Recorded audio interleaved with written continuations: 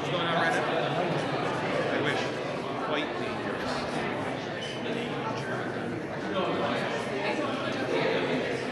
You know, I need humor around this time of year, you know. It's too cold to be cold in your car. This is not cold. I was just in Scandinavia. It was like minus 30. You didn't get up to Greenland again, did you? No, I was in a different place. I can't say it out loud where I was, but just say I was close to the Russian border, if not on it. No, that's not on the border.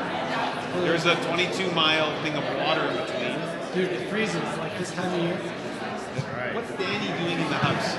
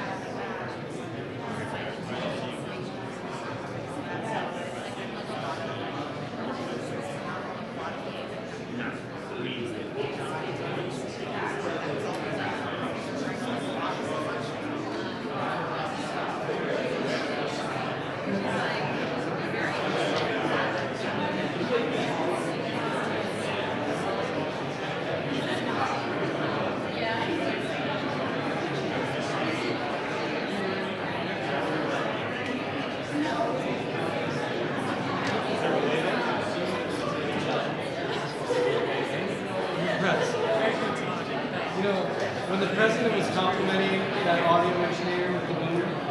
That wasn't you.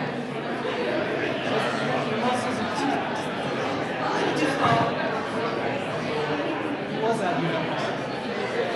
March was in that role. Oh, am I a radio person?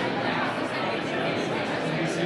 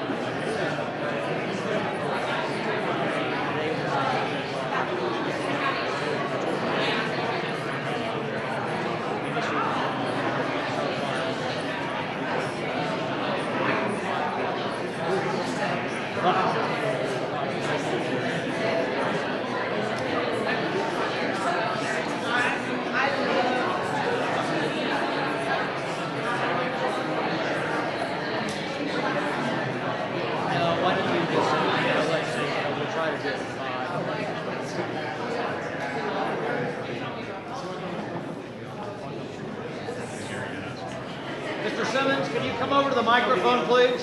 Mr. Simmons, can you come over here? Turn left. Mr. Simmons, You want to come come speak at the microphone. Come speak at the mic. No, this is live across the country. No video.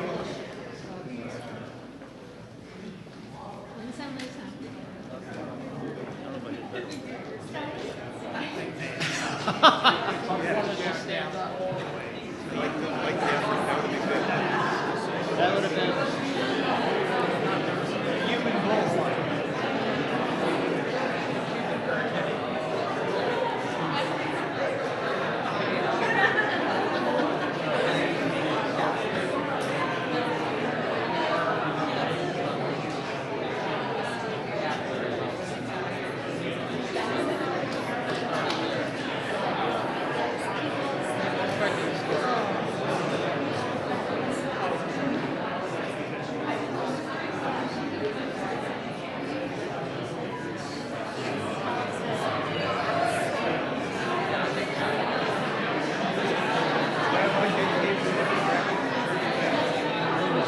They don't know which way. I mean, Vance was a senator. He didn't know which way.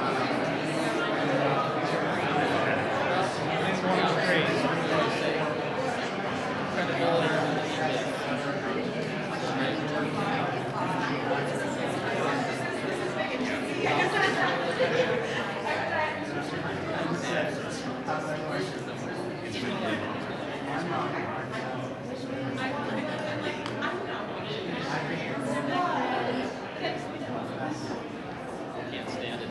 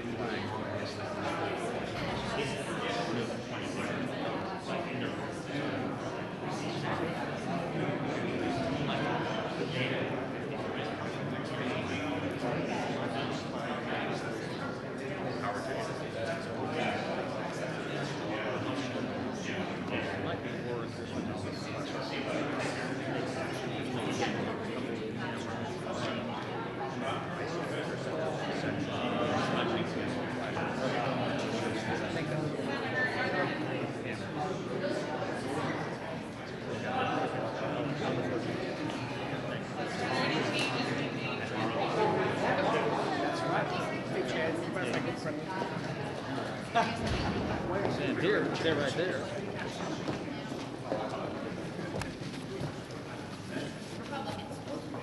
We all want to get in on the Hovind press conference, but We were wanting Gene Simmons here a minute ago. is he here? Just a couple of minutes ago, you missed him. The heck! All right, that's my part of You're gonna vote my on the Gene Simmons plan? part of my misspent youth. Yeah, listening to Kiss. Well, good afternoon. As you all know, we're going to have a vote this week on Thursday on a Democrat proposal to deal with the Biden COVID bonuses. And this is a vote, as you all know, we could have had weeks ago. It's been on offer now before we had to go through a 43-day government shutdown. But that's what the Democrats opted to do. And so at the end of the 43 days now, we're going to have a vote on their proposal, which, as it turns out, is really a proposal that just extends the status quo. Doesn't do anything to reform these Biden COVID bonuses in a way that would get rid of the waste, fraud, and abuse. And I think the one thing that's clear about this, and I think you all who follow this subject know this, that the way that the program is structured, the money goes straight to the insurance companies. And the way that we think this ought to work is you ought to come up with a way in which you can deliver the benefit to the patients and not to the insurance companies, and that you shouldn't have hardworking Americans subsidizing affluent people who make a lot of money. And that's what their proposal continues to do. There is no income limit. There are $0 premiums. There are millions of Americans who don't even know they have coverage, and they have decided not to do anything. Zero reforms to this program. And so the bill that they're going to put on the floor will fail. But that doesn't mean that there isn't a path forward here. We also will have a vote. Our members have decided that we're going to vote on a Crapo-Cassidy proposal, which does the things that I mentioned. It actually does make health insurance premiums more affordable. It drives down, according to the Congressional Budget Office, premiums by double-digit levels. It delivers the benefit directly to the patient, not to the insurance company, and it does it in a way that actually saves money. So to the taxpayer. That is a win-win proposal. So that is an alternative that we will put forward and that we will have a vote on Thursday. And we'll see where the Democrats come down on that. But the fact of the matter is that as long as we have been talking about this subject, and again, they drug us through a 43-day government shutdown in order to do this. Just in the last week, the Government Accountability Office came out with a finding and an audit that they did. There were 19 fraudulent claims made to this program, or 20 I should say. 19 got through. In other words, 95% error rate. When I say waste, fraud, and abuse, I am not kidding. That is the finding as recently as this last week by the Government Accountability Office. This program desperately needs to be reformed.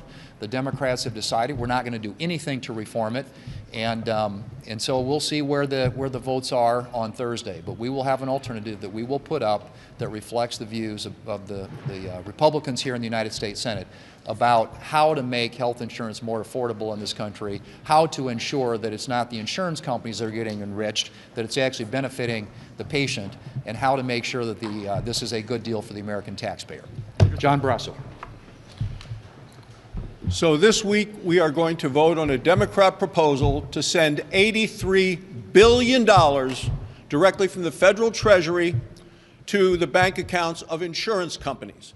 And that is going to cause the cost of health care in this country to continue to go up.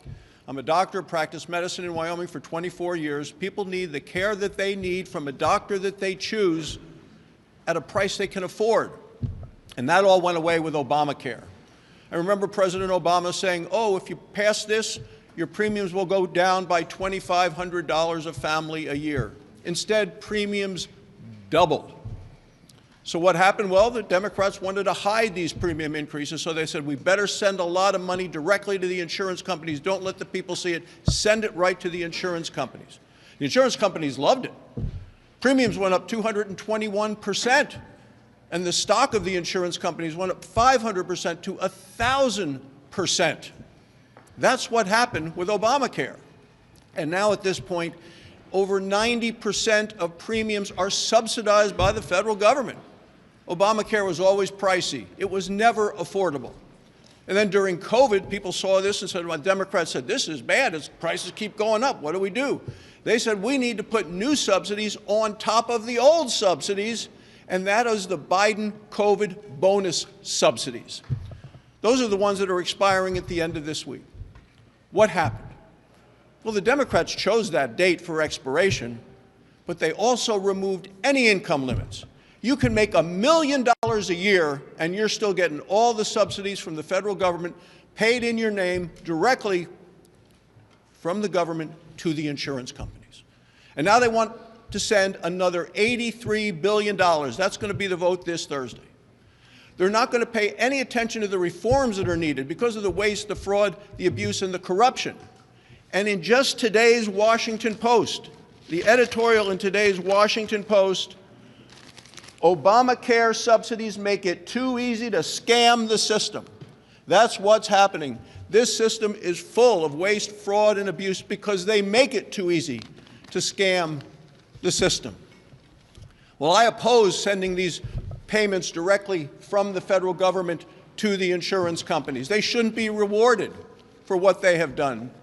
Money should go directly to patients so they can make their own decisions. And that'll drive down costs, make insurance companies compete to the people that are actually paying the bills, the taxpayers.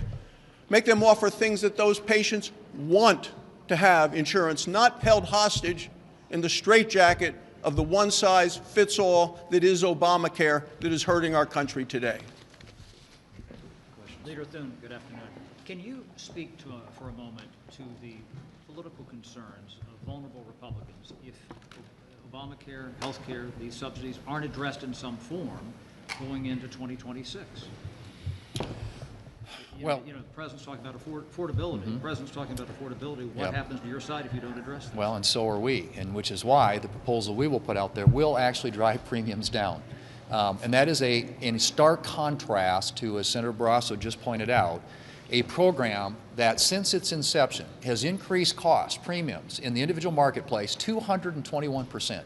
That is triple the CPI and double what the rates have increased in the group market, the employer market, where a lot of people, about 150 million Americans, get their insurance. This is a failed program, and it does nothing but drive premiums up. And the increase in premiums, who's that going to? That's going to the insurance companies. So the proposal we'll put out there will bring insurance premiums down. It will be fiscally responsible, and it'll get us away from the practice of giving the money all to the insurance companies and put it back in the hands of the patients. So there will be something out there that Republicans will be able to talk about and support and vote for, and then we'll see. I mean, what happens on Thursday? Maybe there's some wise Democrats who will decide to vote for a proposal like that. But if there aren't, if neither proposal gets 60, then we'll see where it goes from there. But I do know that we want this issue, affordability, to be front and center. And the way to do that is not to extend for 3 years at a cost of $83 billion to the taxpayers a program that continues to drive insurance costs, premiums higher and higher for the American people. On these Venezuelan boat strikes, a number of your members this morning said they would support releasing a video of that September 2nd strike publicly. Would you personally support that? Well, I'm happy with what they are doing. I think they are, the relevant committees, as I've said before, the Armed Services Committee, both Democrats and Republicans have had an opportunity to view that video. How they decide to proceed with it, I'll leave to their, to their discretion. But I think anybody who probably wants to, any member who wants to see that, I suspect probably would have that opportunity if they choose to. Given the uncertainty of the tariffs with the Supreme Court decision potentially overturning them, does it make sense for the president to turn to those tariffs, that tariff revenue, to pay for farm aid, and tariff revenue goes into the federal treasury? Isn't it the Congress's power to spend that tariff revenue as it sees fit? Yeah, I mean, for those of you who've been following farm policy for a long time, which I have, I've been through 4 farm bills. The one we're working on right now that got derailed, but we got a lot of it included in the reconciliation bill last summer, would have been my 5th. And throughout the years, there have been attempts, and obviously this is the most recent one, to deal with tremendous losses that are being experienced in the agricultural marketplace, in this case because of a loss of markets. And that is related to some of the trade issues that we're dealing with. The President's obviously trying to get the attention of the Chinese, get us into a better place in terms of reciprocity with them. But in the meantime, it has an impact on the markets that a lot of our agricultural producers have access to. So to me, it makes all the sense in the world that if you've got a lot of revenue coming in from tariffs, and you need sort of a bridge for farmers. A lot of the changes that we made in last summer in the reconciliation bill don't take effect until next year, and the farmers, the safety net programs, will benefit from those. In the meantime, to have something that helps them bridge that time when they've had this loss of markets and are experiencing historically low commodity prices and historically high input prices. The margins in agriculture are gone. And I say that for corn and soybeans, other commodities, but those two in particular are where we've seen a real impact. And I think the administration's trying to respond to that and ensure that the farmers get to a time where we have that market is opening up again, China's opening up again. So hopefully this will be a bridge to the future. But I think what the administration did in terms of using tariff revenue to do that makes sense. Just on the federal vote strike again, I know you say that all your members have access to that video, but they're coming out with a dramatically different interpretation of that video. Isn't that one of the reasons for the administration to be transparent and release the video for all Americans to see? Well, look, I think, again, I think that the relevant committees here on Capitol Hill, that has been made available to them. And I'm going to leave it up to them to decide who has access to it. But as I said before, I think any member of Congress, and certainly people are going to come up with different interpretations because we live in a political environment. And, but I suspect that anybody who has seen it knows pretty clearly what the facts are. And I'll leave it at that. I think that the relevant committees will make decisions about who has access to it. Back on healthcare, does Cassidy Crapo have unanimous support in your conference? And some of your members have also put forth temporary 2-year extensions of the ACA with changes with hide language with other reforms. Might those come to a vote as well? Well, we have other members, as you point out, who have their own proposals, and they, you know, you have to ask them how they want to have those dealt with.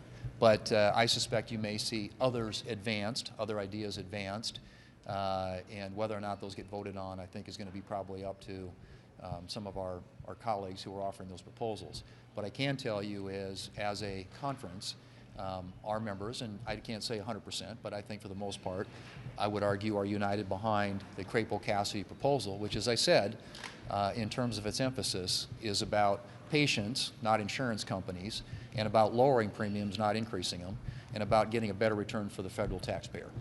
Thank you all.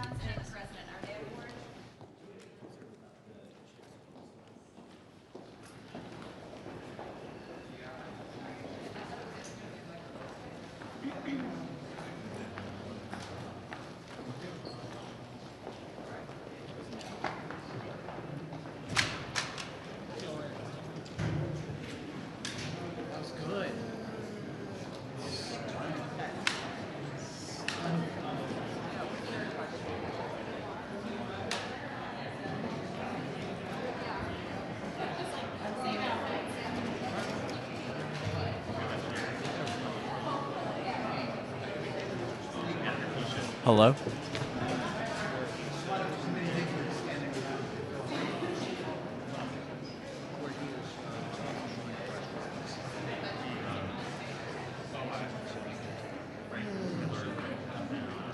Both plans failed.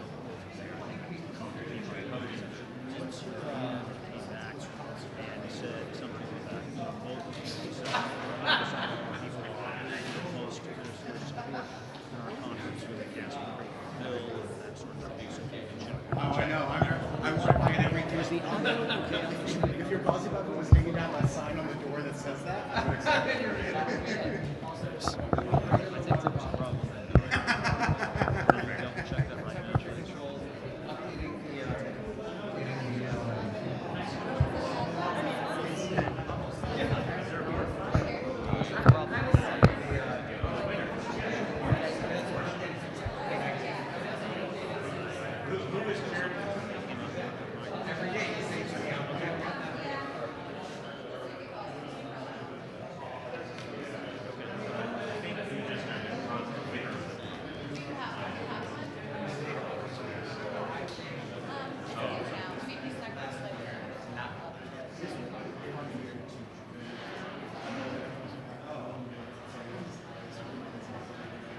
what point did the camera go to the ground? No, but what about, was it during answers, or was the student speaking, or which section? You know, which section?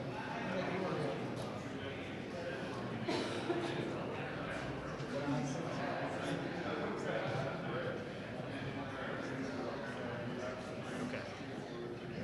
Okay, got it. Okay, because there were two things.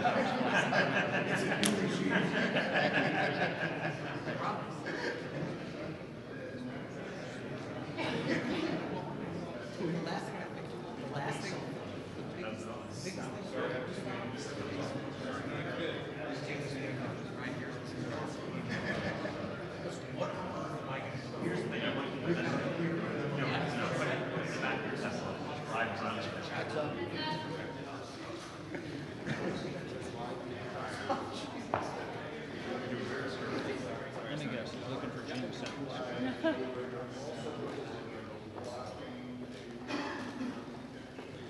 We thought you were looking for Gene Simmons. He was just here a minute ago. I missed him at the Kennedy Center.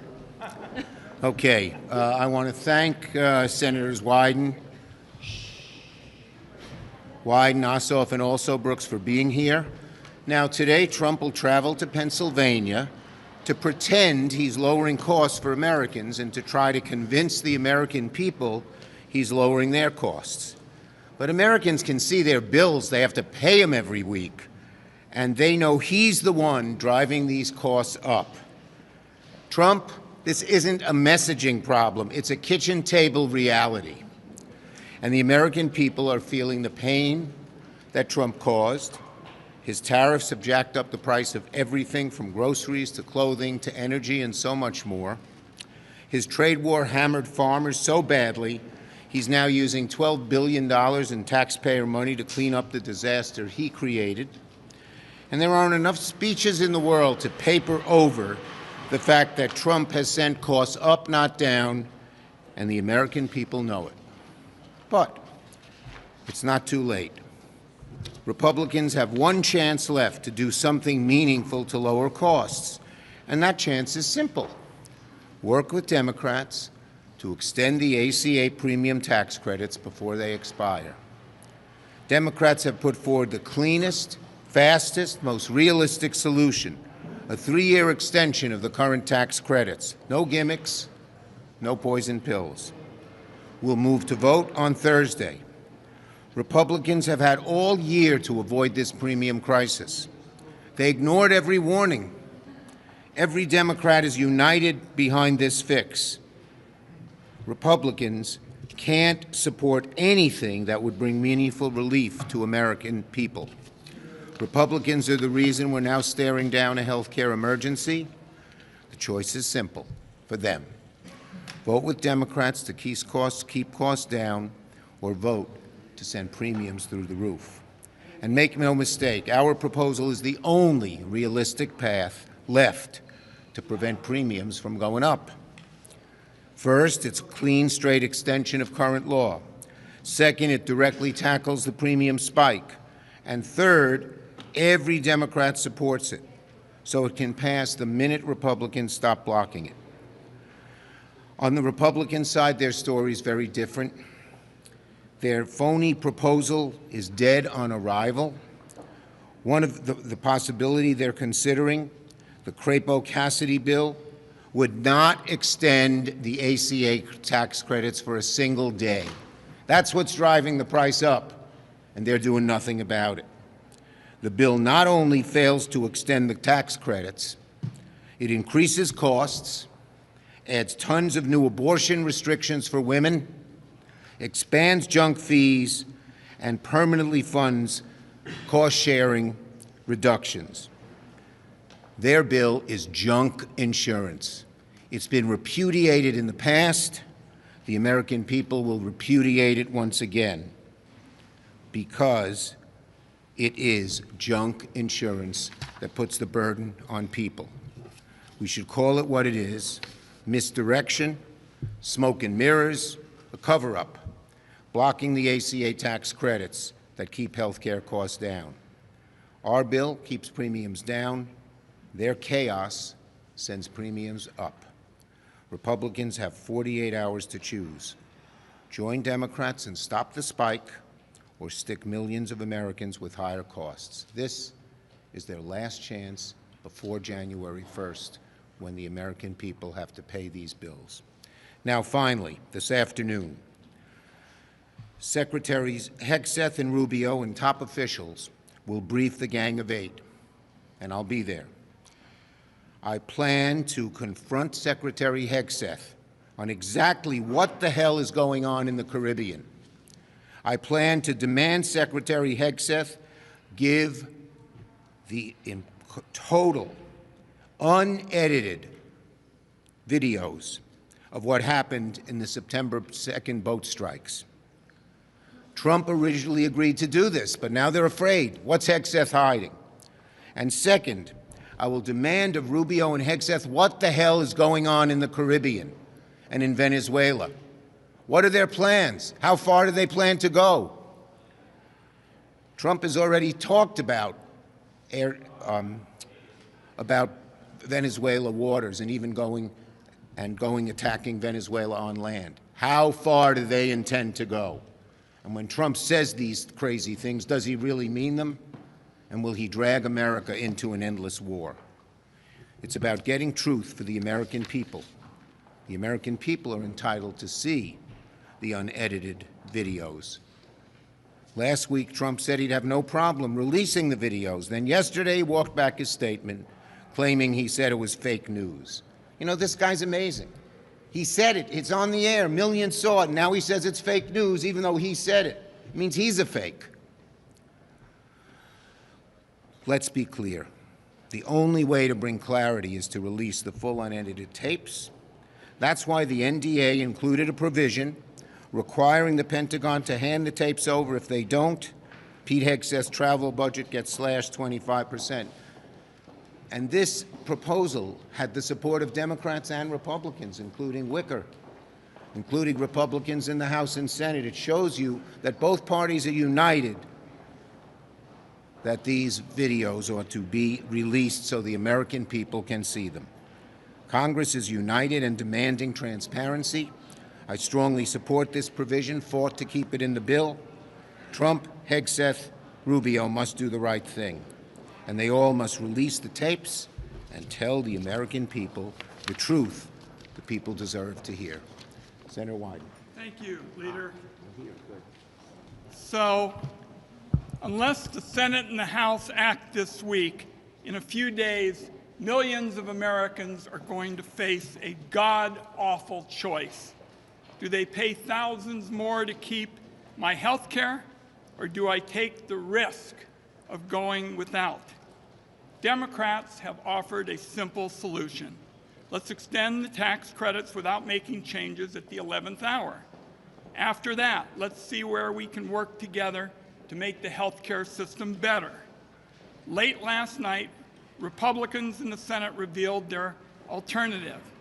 Increase insurance premiums by thousands of dollars and deductibles by thousands more, and give people a snake oil alternative, a savings account. And they don't even do anything about criminal penalties for fraudsters the way we do.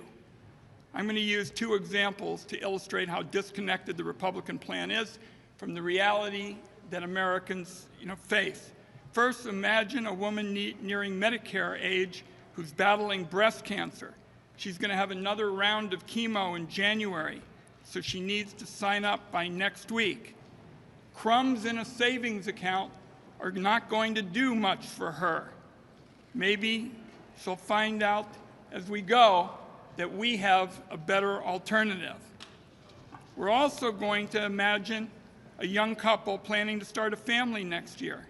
Giving birth costs thousands and thousands of dollars, and they want to be prepared with the right insurance plan. Looking at the current premiums for a plan that covers their hospital stay isn't going to do much for them. These are two examples of the kitchen table conversations that are happening right now as Americans sign up for insurance. The Republicans offer crumbs crumbs in terms of insurance company, profiteering, and snake oil. To make matters worse, their proposal is riddled with ideological trophies like anti-abortion language. It shows that once again, Republicans weren't interested in compromise. Later this week, Americans will have the opportunity to see whose side senators are on.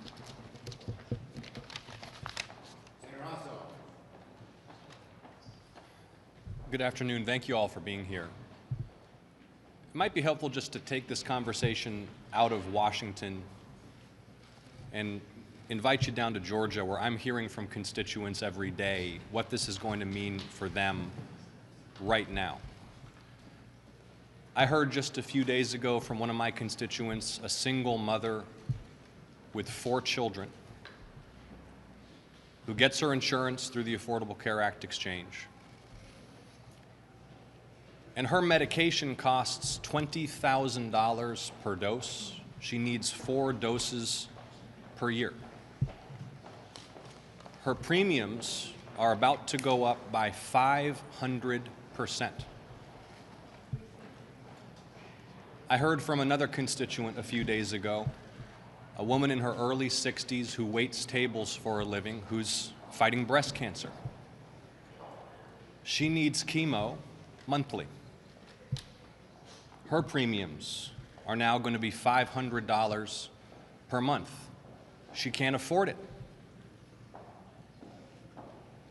She's going to have to give up her insurance in the middle of chemotherapy while she's fighting breast cancer. What are people supposed to do when they lose health insurance in the middle of a cancer battle? What are parents supposed to do who already can't make ends meet, who are going to see their premiums go up 500% when they need life-saving medicine that without insurance costs $80,000 per year? So in this building, maybe it's about the politics, but in the real world and in Georgia, this is life or death. 500,000 Georgians are projected to lose their insurance altogether. Millions more will see huge increases in their health insurance premiums. My constituents cannot afford this. Some of my constituents cannot survive this. And so I'm calling on our Republican colleagues to put politics aside. It is almost Christmas. It's almost the holiday season. We should let our care and concern and goodwill for our constituents motivate us and guide us in these next few days. There's an opportunity on Thursday to come together and prove to the American people that no matter how divided we seem, we can unite to prevent these catastrophic increases in health insurance premiums. Thank you all. So as a part of the ongoing Jedi mind trick from this president, he this week made the absolutely incredible statement that the affordability crisis that Americans are feeling at their tables every single day is a part of a Democratic hoax. I can tell you what the true hoax is. It's a scam, and it's a hoax. You don't have to tell Americans about a hoax. The ones who recognize that they cannot afford their utility bills, the same ones who this Christmas season and holiday season are shopping and they experience for themselves how unaffordable it's becoming in this country. The same ones who are now sitting at their kitchen tables, people like my aging parents, both of whom are dealing with life-threatening illnesses, who look at their Medicare and look at all of their premiums and recognize the escalating cost of health care in this country. And so the Jedi mind trick that continues to want Americans to believe that somehow affordability is not an issue is really, it's really, really sad. But this week, we have a chance to provide relief from the looming health care crisis that's threatening millions of American families. Now, let's be clear.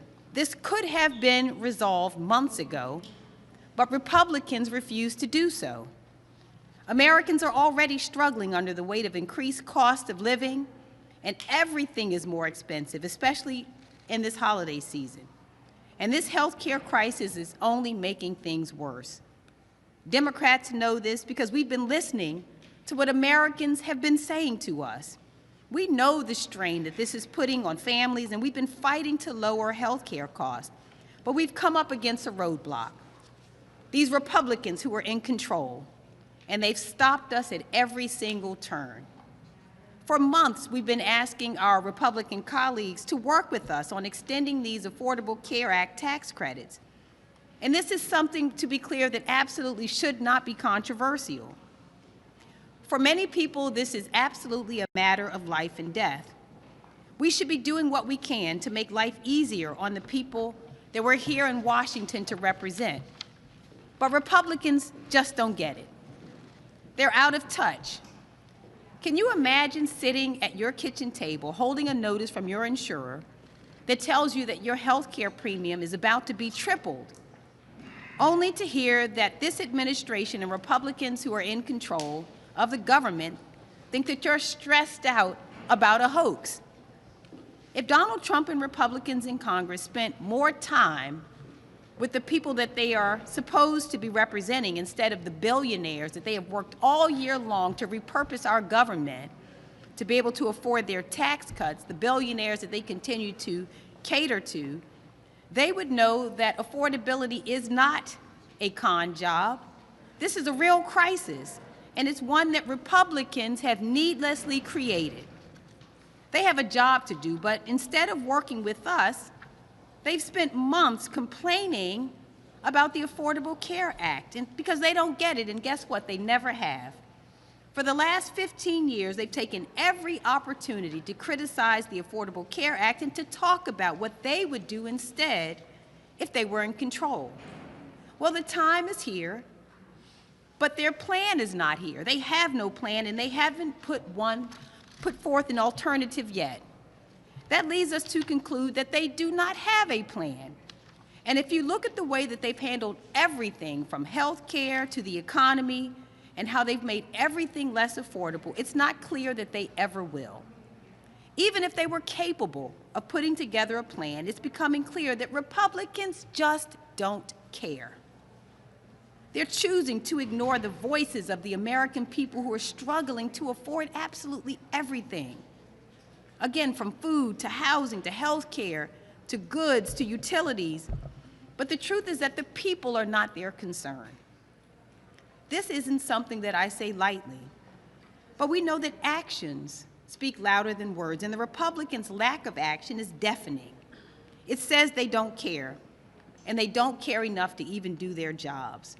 Since they don't care enough to put together a plan, we've done the work and offered them a simple one. Extend the ACA tax credits for 3 years. That way, premiums don't skyrocket and overburden families across this nation. And while the extension is in place, well then let's work together to make health care more affordable and more accessible. This is the Republicans' latest chance to speak with their actions and show who they stand with. But no matter what they decide, we know where we stand. We are on the side of the American people. We're going to fight to lower costs and to make life better for families. And we're going to keep sharing our vision for a more affordable America. Thank you, Senator. Also, Brooks. Okay, we're ready for questions. Yes. On this briefing that you're about to have with the national security leaders, how concerned are you about the possibility of a ground war in Venezuela, and what will you press the Secretary of Defense and others on in terms of what rationale they would have to take that step? First, we're very concerned. You've heard Trump's musings, ministrations, contradictions on what he would do, and he's the president, and they all listen to him. So we are very, very concerned. To go into war, land war, in Venezuela is an act of war. That is Congress's right.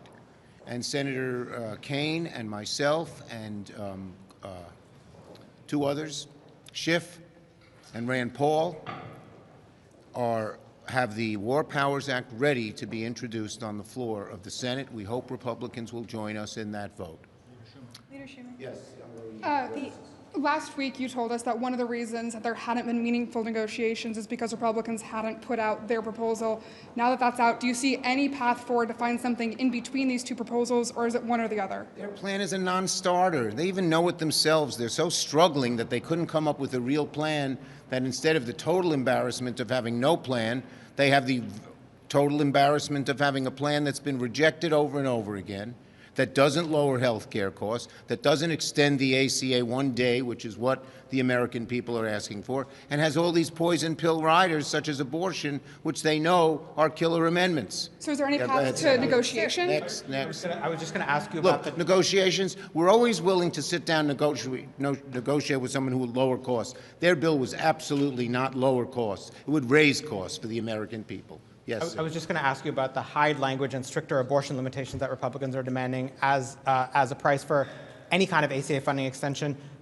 Is it off the table for you? Does that mean there will be no extension? Yes, off the table. They know it damn well, but because they can't come up with any real solution, and they're so, afraid of the Susan B. Anthony League, they put this non-starter language in. It shows they don't care about reducing health care costs. They care more about taking abortion away from the women of America than they care about reducing health care costs. Yes. Yeah, go ahead. Mr. Ronald Wyden, D. Oregon, would like to say a few words. I just want to make mention of how they've handled this.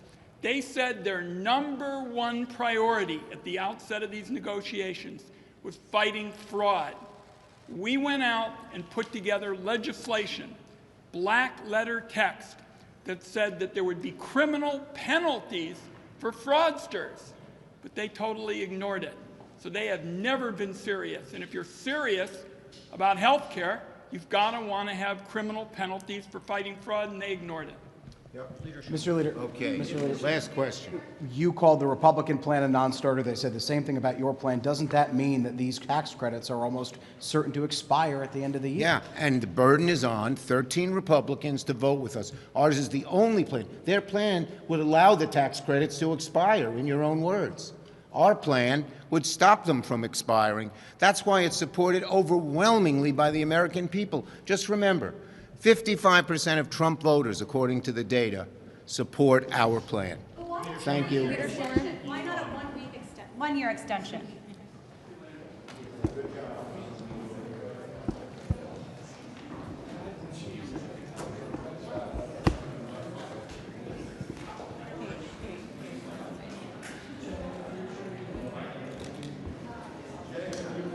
Jay.